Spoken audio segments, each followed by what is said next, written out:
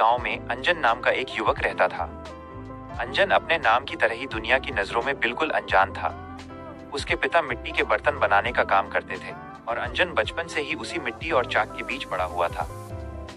गांव के लोग अक्सर उसे ताना मारते, अंजन तू बस मिट्टी का काम ही सीख ले, यही तेरी किस्मत है और यही तेरी औकात।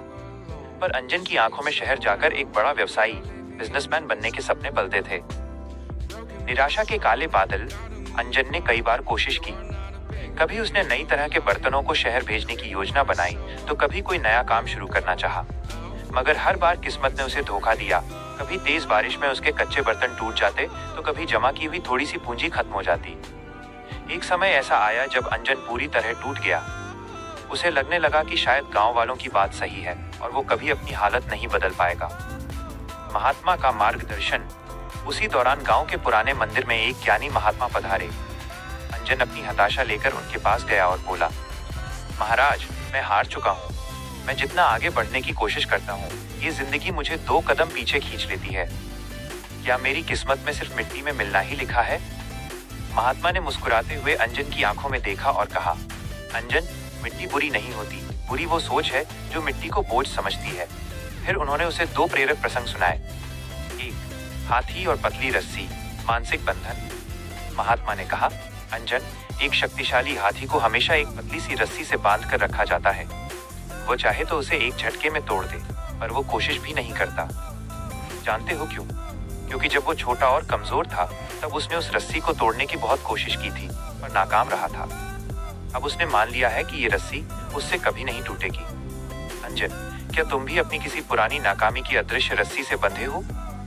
अंजन को समझ आया कि उसकी सबसे बड़ी रुकावट बाहर नहीं, बल्कि उसके डर और पुरानी यादों में थी। 2, पत्थर की पीड़ा, संघर्ष ही पहचान है। महात्मा ने आगे कहा, एक मूर्तिकार रास्ते से जा रहा था। उसे 2 बड़े पत्थर मिले। उसने पहले पत्थर पर छेनी हथौड़ी से चोट की, तो वो टूट गया और दर्द के मारे चिल्लाने लगा। मूर्तिकार ने उसे छोड़ दिया। दूसरे पत्थर ने हजारों चोटें सही, वो दर्द से गुजरा पर डटा रहा। अंत में वही दूसरा पत्थर एक भव्य मूर्ति बना और मंदिर में स्थापित हुआ। आज लोग उस पर फूल चढ़ाते हैं। और वो पहला पत्थर, जिसने दर्द नहीं सहा, आज मंदिर के बाहर लोगों के पैरों के नीचे बिछा है। महात्मा ने अंजन के कंधे पर हाथ रखकर कहा, बेटा, अगर आज दर्द और संघर्ष सह रहे हो, तो समझ लो, ईश्वर तुम्हें एक खूबसूरत मूर्त में बदल रहा है। अंजन का परिवर्तन, सफलता के सूत्र। अंजन ने महात्मा की बातों को गांठ बांध लिया। उसने फैसला किया कि वो केवल बर्तन नहीं बनाएगा, बल्कि मिट्टी से कला रचेगा। उसने शहर के लोगों की पसंद को समझा और ये 5 कदम उठाए। 1, दृढ़ निश्चय। उसने अपनी पुरानी असफलताओं को भूलकर नए सिरे से शुरुआत की।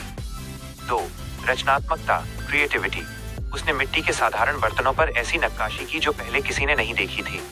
3, धैर्य, पेशेंस। जब लोग उसका मजाक उड़ाते, तो वो बहस करने के बजाय